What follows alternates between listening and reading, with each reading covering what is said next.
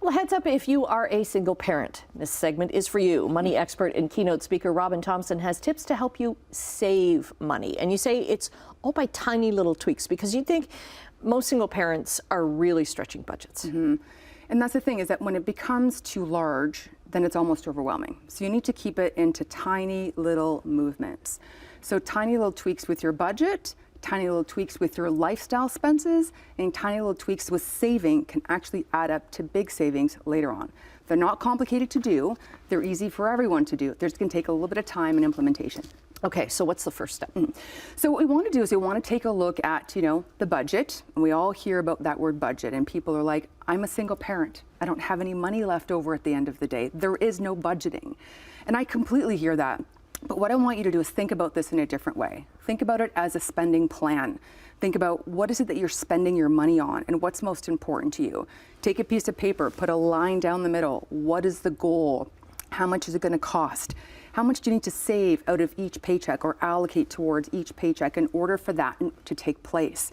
So it's about looking at that and then saying, okay, so we all know what's going to happen. We all have those, instant gratification moments that happen. So our goals have to be bigger than that instant gratification that's going to lure us in a different place. So it's about understanding what's coming in, looking at all the money that you've got coming in, looking at what's going out, and making sure that the value that you are receiving for what you're getting for your money is actually in line with what you want. Because you'd be surprised when you look at your bank statements and your credit card statements at the end of each month, that if what you really want in life actually is lining up with how you're spending your money. Yeah, be honest with yourself and look at your credit card statement and think, did I really, really need that? And I mean, that's good advice for anyone. And take a highlighter and highlight the items. I mean, do I really need to do this 4 times this month? And when you start to shave off those small incremental amounts, they're going to start to add up. And then you'll be able to see where you have an extra stretch in your budget to be able to help you. Because listen, being a single parent is a very difficult place to be from a financial perspective. It's hard out there. Shopping strategically is another one. Strategic shopping is really about being very intentional about where your money is going. So what are the different things that you can do to sort of stop spending money in areas that don't support you?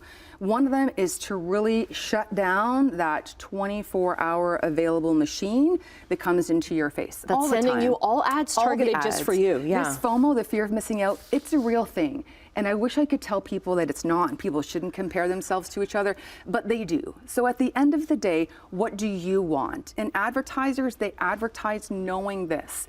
All of the ads are targeted towards people to make them feel like they need to buy that next big thing. You're going to use ad blockers. You're not going to accept all cookies. You're not going to accept all information from them. You're going to shut down subscriptions that don't serve you. You're going to shut down people's social media accounts that make you feel like you're less than because you don't have as much as they have, because it's irrelevant to you. So be very careful about the fear of missing out. Shut down that noise.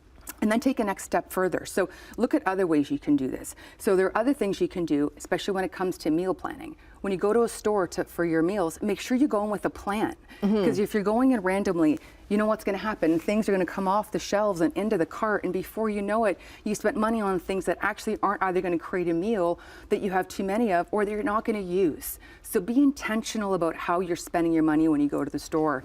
Another great way is food waste. People waste a lot of money when it comes to food. So make it a point. Go through your pantry, your freezer, your fridge. Look at it once a week.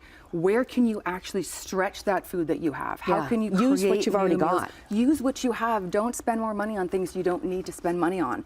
So these are about finding those small places within your life and your budget and your shopping style that will stretch the money a little bit further and give you some more peace of mind. Okay. Good advice for all of us. We'll get all your tips up on our website at chch.com/morninglive.